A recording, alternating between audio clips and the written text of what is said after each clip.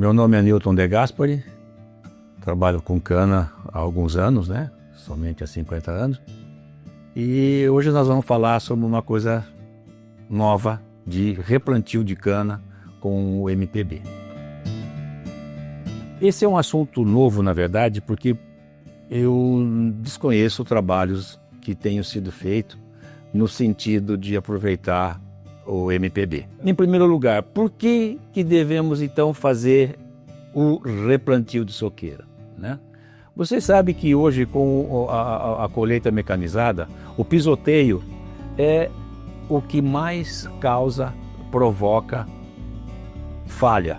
Além do plantio que pode ser mal feito, que já você tem de cara de saída já um plantio com falhado, né, que a gente chama, mas o segundo maior problema de replantio é causado pelo pisoteio da soqueira, tanto pela colhedora quanto pelo transbordo que vai ao lado, que na hora pode passar por cima, quando o espaçamento não está bem regulado, ele passa por cima e isso é a pior coisa que tem para uma soca. Então o replantio é feito para quê? Para que a gente mantenha a tonelada de cana por hectare, porque é isso que vem o dinheiro no bolso, é através da tonelada de cana que você consegue colher, né? Porque não adianta você ter uma área pisoteada, ter uma área falhada, você vai perder uma coisa que você perde é adubo. Se, por exemplo, você tiver aí 20% de falha, você vai ter 20% daquela área que você adubou e esse adubo não será aproveitado. Então, você começa a gerar perdas. Então, nós começamos a fazer esse plantio com o MPB. Quais seriam as vantagens do MPB? Porque o replantio pode ser feito também com tolete, né? Aqui nós vamos falar de MPB. Primeira coisa é a idade. O MPB normalmente já parte com uma idade 4 a 5 meses mais velho do que a cana que está lá. Você acabou de cortar a cana recente e você já introduz o seu MPB com 4 meses na frente de idade. Por quê? Porque o maior problema que existe entre as touceiras é a competição intraespecífica que existe lá no canavial. Então, quando você pega com uma idade maior, essa competição aqui é menor, fazendo com que o desenvolvimento seja melhor. Você já vai ter produção. No primeiro corte, depois da introdução dessas mudas, você já vai ter produção. Além do que, outro fator importantíssimo é mudas sadias. Você sabe o que você vai colocar aqui, uma variedade conhecida, com mudas sadias, sem raquitismo, escaldadura e mosaico, que são umas doenças importantes na produtividade, tá?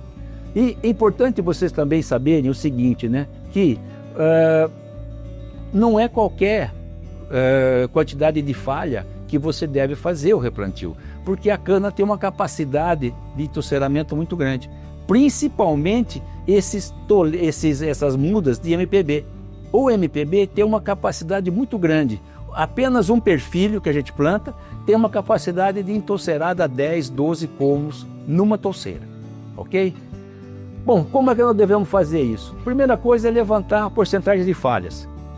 Nós temos que saber o que tem de falha, temos que saber quais são o tamanho dessas falhas, porque outra coisa importante, eu já vou falar e vou repetir durante a minha apresentação, é que não é qualquer tamanho.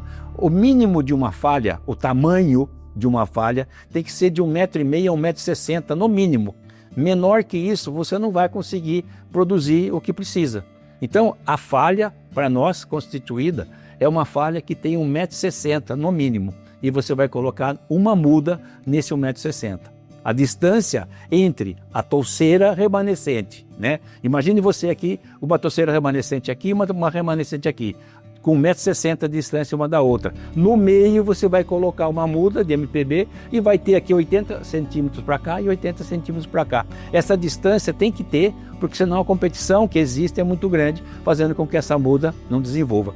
Outro, fazer as covas. Vamos plantar em cova. Essa cova pode ser feita por enxadão, pode ser feita por esses coveadores de mourões, né? A adubação, temos que usar um composto, uma fórmula, misturar tudo, colocar na cova e fazer o plantio com matraca. E depois de feito o plantio com matraca, nós vamos fazer a compactação dessa muda. Tem que ser bem compactadinha, né? Essa cova vai ter uma área que não tem terra, que você vai deixar, para que a gente coloque aí 5 litros de água, que é a irrigação. Então, dessa maneira, nós fizemos então o levantamento, as covas, a adubação, o plantio com matraca, compactamos a muda e irrigamos.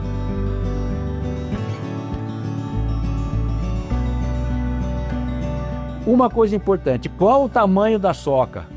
Você não pode plantar essas mudas com uma soca já desenvolvida por causa do sombreamento.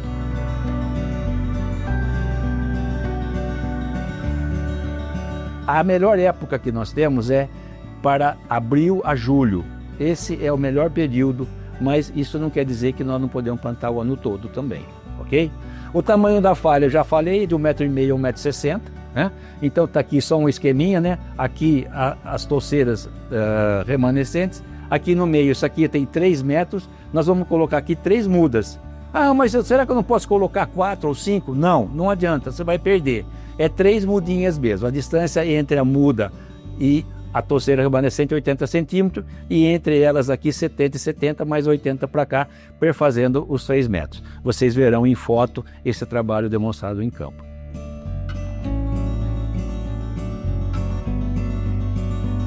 Adubação da cova. 3 litros de composto, mais 50 gramas da fórmula 5,25,25, que é a fórmula normal de plantio, né? O tamanho da cova, um diâmetro de 30 centímetros e uma profundidade de 40. É isso daí que nós temos que fazer. E deixando essa profundidade de 40, nós deixamos lá uns 10 centímetros sem terra para você colocar água. E é 5 litros de água que nós vamos colocar na hora da irrigação. Essa irrigação deverá ser feita no dia do plantio, e depois de 5 a 6 dias, observando, se for um período seco, mais uma irrigação. Praticamente é isso que é necessário para que a gente consiga ter um bom replantio. Variedade, essa é a grande dúvida também. Que variedade que nós vamos colocar? A variedade tem que ser uma variedade rústica, né? E que tem um arranque para aquela região. Para cada região é uma variedade. Nós não podemos aqui ficar definindo que variedade que é. Cada um vai saber qual variedade que é a que tem maior arranque para a sua região, né? E precisa ser a mesma variedade que está plantada a soqueira? Não, você pode ter uma variedade semelhante. Só em questão de você ter que combinar é a época de corte, né? Média, precoce ou tardia, tá? Do resto não precisa haver a necessidade de ter a mesma variedade, tá? Bom, e caminhando para o final, nós vamos aqui fazer uma reflexão, né? Juntamente com o que o Stolf, né? Rubismar Stolf, pesquisador do antigo Plano-Açúcar, hoje o Fiscar, que desenvolveu em 1986. Esse trabalho está publicado na STAB, né, em 1986, junho, julho de 1986, né? E onde ele considerou meio metro. O Rubismar foi o primeiro cara que trabalhou com falhas e é um dos bons trabalhos que tem publicado a respeito disso. Então ele fala lá no seu trabalho que de 0 a 10 o plantio é excelente. É o que você só vai para colher. De 0 a 20% de falha é normal. É normal isso daí. Plantio com 0 a 20%, de 20% até 20% é normal. De 20 a 35% é subnormal. De 35 a 50% é ruim, maior que 50% daí é péssimo, né? Então, o que nós devemos fazer nessa situação? No caso aqui, ele está falando de plantio, né? De plantio. Então, é só colher, quando for de 0 a 10, está tudo perfeito. Normal, de 3 a 5, a perda aqui é de 3 a 5% apenas. Então, vejam bem, 10 a 20% dá uma perda muito pequena. E como a cana tem uma capacidade muito grande de soltar perfilhos, se você tem a falha, a cana tem a touceira, ela solta mais perfilho, proporcionando o quê? Recuperando, na verdade, a perda que ela teria naquele espaço.